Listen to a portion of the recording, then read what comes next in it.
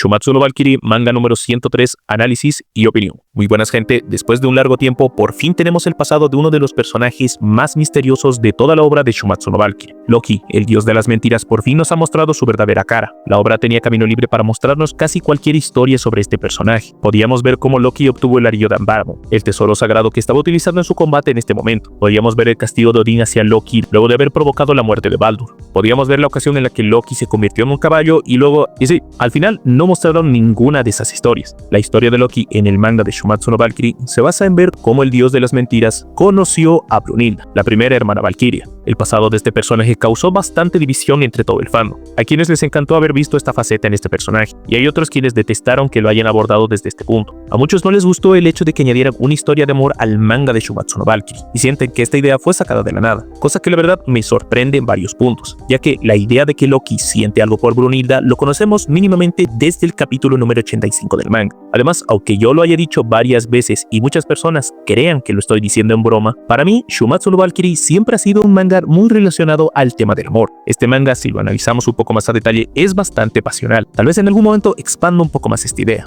pero por el momento enfoquémonos en el capítulo número 103. Así que, sin nada más que decir, empecemos con el video. Ok, el capítulo de este mes tratará de contarnos cómo fue que Loki se convirtió en el farsante más famoso y temido de todo el reino divino. ¿Acaso fue por su astucia? No. ¿O por su habilidad de transformación? Tampoco. La verdad es que todo eso fue por amor. Desde el principio, Loki fue una entidad totalmente fuera de lo común, ya que poseía sangre de los gigantes de hielo, enemigos directos de los mismos dioses, y un poder que rivalizaba con el de Odín y Thor, los dioses principales de este panteón. Y así es que por fin podemos ver al antiguo Loki, con un diseño que la verdad sí está un poco raro. Entiendo que la idea es que Loki resalte sobre los demás. Digo, él utiliza ropa de cuero y púas, mientras casi todo el mundo aquí anda en harapos. Eso sí, me llama mucho la atención los tatuajes que tiene en los brazos y en el abdomen, que lo más probable es que esto sea únicamente una decisión artística. El caso es que Loki era evitado por todos en su panteón, y tal parece tampoco es como que a él le afectara mucho, o al menos eso era hasta que se topó con las Valkyries. Podemos ver cómo todas ellas disfrutaban su vida antes del Ragnarok. Las hermanas descansaban, jugaban y la pasaban bien en este campo, hasta que en un momento Hygd, la Valkyria de Jack, le lanzó una fruta en la cara a su hermana mayor, y como Brunilda es el personaje menos rencoroso de todo este manga, en respuesta decidió lanzarle una sandía en la cara a su hermana menor. Lo malo aquí fue que no se fijó para dónde lanzó el proyectil, y casualmente le dio de lleno a Loki. Las Valkyrias estaban totalmente aterradas, entendible por cierto, ya que no sabían cómo reaccionaría este temible dios. Pero lo que al final terminó pasando fue que Loki simplemente se comió la sandía, y a la hora de escupir las semillas hizo una cara bastante graciosa. Brunilda no pudo más con todo eso y empezó a reír. Y hay que aclarar aquí que Brunilda no se estaba burlando de Loki. Ella pensó que lo hizo a propósito como parte de una broma. En realidad pensó que Loki era una persona bastante divertida, y con esa carita y ojos preciosos fue que terminó traspasando el frío corazón del dios nórdico. Y Loki, tras recibir la primera muestra de cariño en toda su vida, no hizo otra cosa más que salir corriendo. Esta extraña sensación era algo que jamás había experimentado, pero sabía que todo era gracias a la sonrisa de la Valkyrie. Y así fue como Loki decidió cambiar de vida. Dejó de ser un rebelde sin causa y volvió a la universidad para poder terminar su carrera en la administración de empresas. Cada domingo iba a misa para poder encontrar algo de paz y obviamente visitar a su amada Brunilda. Con el tiempo, Loki terminó graduándose con la mejor calificación de toda su generación, y al final, con todo un futuro prometedor, se armó de valor para pedirle matrimonio a Brunilda, la cual obviamente terminó aceptando de inmediato. Esta historia terminaría con la boda de Loki y Brunilda, con Baldur como el padrino de boda. Y esta fue la verdadera historia de Loki. Por cierto, la humanidad fue destruida un par de semanas después.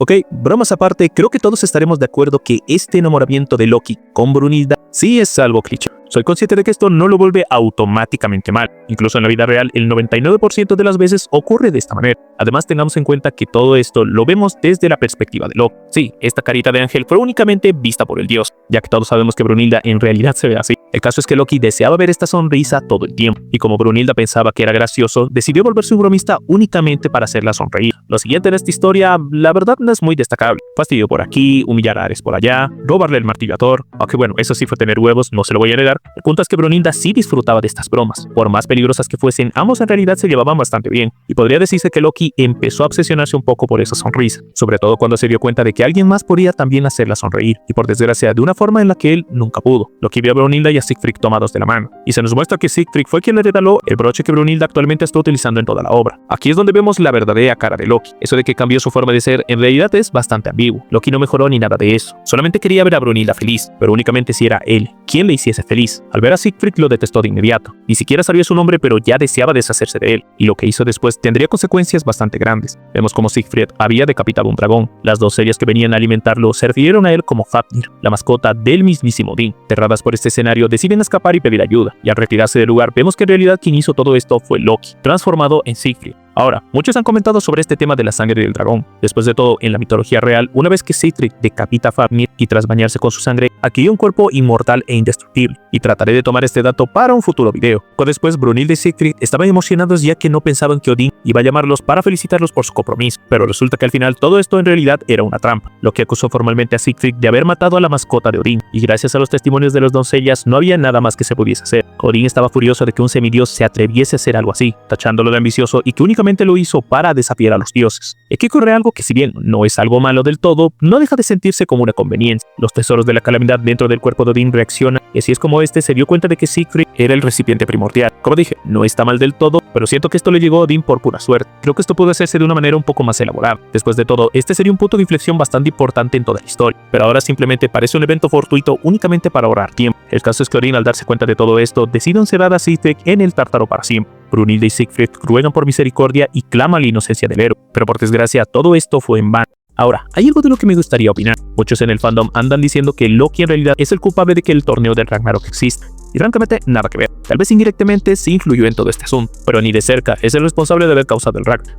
Además, tanto Siegfried como Odín pertenecen al mismo panteón, por lo tanto, en algún momento sí iban a cruzar caminos, y terminaríamos en el mismo resultado. A eso es a lo que me refiero cuando digo que todo este evento fue bastante fortuito. Loki ni siquiera sabía lo que Odín haría con Siegfried. Se sorprendió bastante cuando dijeron que lo enviarían al Tártaro, y se alegró bastante de que nadie supiera de que él estaba detrás de todo esto. Luego de eso, no le importó nada más. Intentó hablar con Brunhilde nuevamente, pero obviamente la Valquiria ya no quería saber nada de él. Ella sabía que todo esto era parte del plan de Loki, y por desgracia no podía reclamarle nada. Después de todo, aunque no le guste, Loki seguía siendo superior que ella en jerarquía, y así fue como esa bella sonrisa que tanto le gustó a Loki, al final terminó por volverse en una mirada de odio y repulsión. Si me lo preguntan, totalmente merecido. Aquí vemos que todo lo que hizo Loki estuvo mal. Lo único que quería era volver a ver la sonrisa de Brunhilde, y al final ese mismo deseo terminó por convertirse en una obsesión. Loki continuó intentando de que Brunhilde sonriera, pero la indiferencia de la Valquiria no hacía más que aumentar su desesperación. Supongo que fue aquí cuando se consiguió la muñeca. Al final siguió pasando el tiempo, hizo casi algo, terminó por proponer el torneo del Ragnarok para poder salvar a la humanidad, aunque Loki sabía que esto también era para poder salvar a Siegfried. Aquí hago una pausa en el video únicamente para comentarles lo mucho que me gustó esta página. Podemos ver a Izanagi Papadios observando la declaración de Brunhilde, y me agrada el hecho de que este personaje se encuentre intrigado por toda esta situación, ya que después de todo, como sabemos, él no es ajeno a que un dios empatice con la humanidad. Vemos a Buda que seguramente se acaba de dar cuenta que Brunhilde únicamente le pidió que le enseñara el Volund para poder utilizarlo en el torneo, y lo más llamativo de todo esto es que podemos ver a Morrigan, la diosa guerrera de la mitología celta, volviéndose así el primer personaje del manga de Gods Apocalypse en hacer una aparición en el manga oficial. Este detalle me gustó bastante y ojalá veamos a otros personajes más adelante. Volviendo con la historia, vemos que Loki estuvo en el encuentro entre Brunhilde y Thor antes de la primera ronda. Si solo vieron el anime, seguramente no se ubican de lo que estoy hablando. Agradezcan la gráfica por eso. Y aquí me llamó mucho la atención el cruce de miradas entre Thor y Loki, algo que se complementa con lo siguiente, lo cual fue su charla con Hércules antes de la cuarta ronda. Luego de todo lo que se nos mostró en el manga la primera vez que todo esto apareció, Loki empieza a burlarse de la idea de justicia de Hércules, diciéndole que hacer lo que él cree que es justo no garantiza que tendrá lo que desea. No opinaré mucho de esta frasecita ya que me lo quiero guardar para otro momento. El caso aquí fue que Hércules se sintió mal por Loki, ya que al decir esto su rostro mostraba una verdadera tristeza. Todo esto junto con lo de Thor me da a entender de que el hecho de que a Loki le gustase Brunhilde en realidad era un secreto a voces. Todo el mundo lo sabía, pero nadie lo decía en voz alta. Tras esto por fin vemos el último paso de Loki hacia la locura. Afirma que lamenta que la sonrisa de Brunhilde ya no volverá, pero en vez de tratar de entender cómo fue que esa sonrisa se borró en primer lugar, poco a poco la rabia empieza a apoderarse de él. Para Loki solamente él es quien ama verdaderamente a Brunhilde, pero como ella sigue obsesionado con Siegfried y los humanos, ese amor pasó a convertirse en rencor, y ahora lo único que desea es matarlos a todos.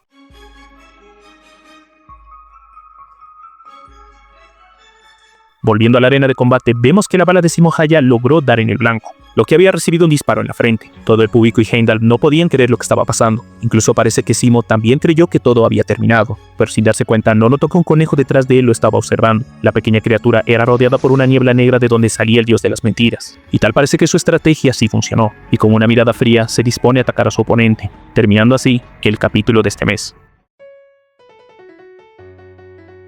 Y bueno gente, esta fue la historia de Loki. Para mí, después de todo, sí terminó siendo un buen pasado, con todo lo que debía contar y se acopló muy bien a la historia del manga que hemos tenido hasta ahora. Menos lo de Odin, que como dije, para mí eso es lo que tiene menos calidad narrativa. La historia de Loki nos muestra cómo al inicio un sentimiento tan puro como el amor puede terminar convirtiéndose en algo tan tóxico y peligroso. Loki a mi vista hizo todo mal con respecto a Brunilda. Lo hizo tan mal que irónicamente no pareció un dios. Cometió tantos o más errores que un humano. Y aunque no me lo crean, esta es una de las cosas que más me gusta de este manga. Los dioses se creen superiores a los humanos, pero son tan imperfectos como nosotros. Sé que no hablé mucho de Brunilda en esta ocasión y eso es porque traté de centrar más el video en el personaje de Loki. Después de todo, como dije antes, este capítulo está siendo contado a través de su perspectiva. Y sé que en algún momento veremos esta historia contada, pero esta vez a través de la perspectiva de Brunilda. Y una vez que eso pase, yo opinaré un poco más con respecto a la Valkyrie. Ahora, ¿cómo afecta todo esto al combate? Pues bueno, Loki actualmente se encuentra en una posición privilegiada para poder terminar esta pelea. Muchos creen que esta ronda ya estaría terminando en el siguiente capítulo. Personalmente no creo que esto pase y ojalá sea así, ya que siento que el ritmo de esta pelea ha sido un poco lento. Y creo que 1 o 2 capítulos dedicados únicamente al combate sí que le harían mucho bien a esta ronda. Además, aún no siento esa conexión entre los peleadores a la que nos tiene acostumbrado el manga de Shumatsu no Valkyrie. Y tanto Loki como Zemo son personajes bastante buenos. Y no darles un poco más de tiempo en pantalla creo que sería un desperdicio para todo este manga. Pero díganme qué es lo que piensan ustedes. ¿Les gustó el pasado de Loki o piensan que este personaje fue arruinado por los mangakas? Y este ha sido todo el video de hoy. Por favor, si te ha gustado, suscríbete, dale like, comenta y comparte. Sabes que eso me ayuda muchísimo para seguir trayendo más contenido al canal. Y si quieres apoyarme un poco más, puedes unirte a los miembros del canal.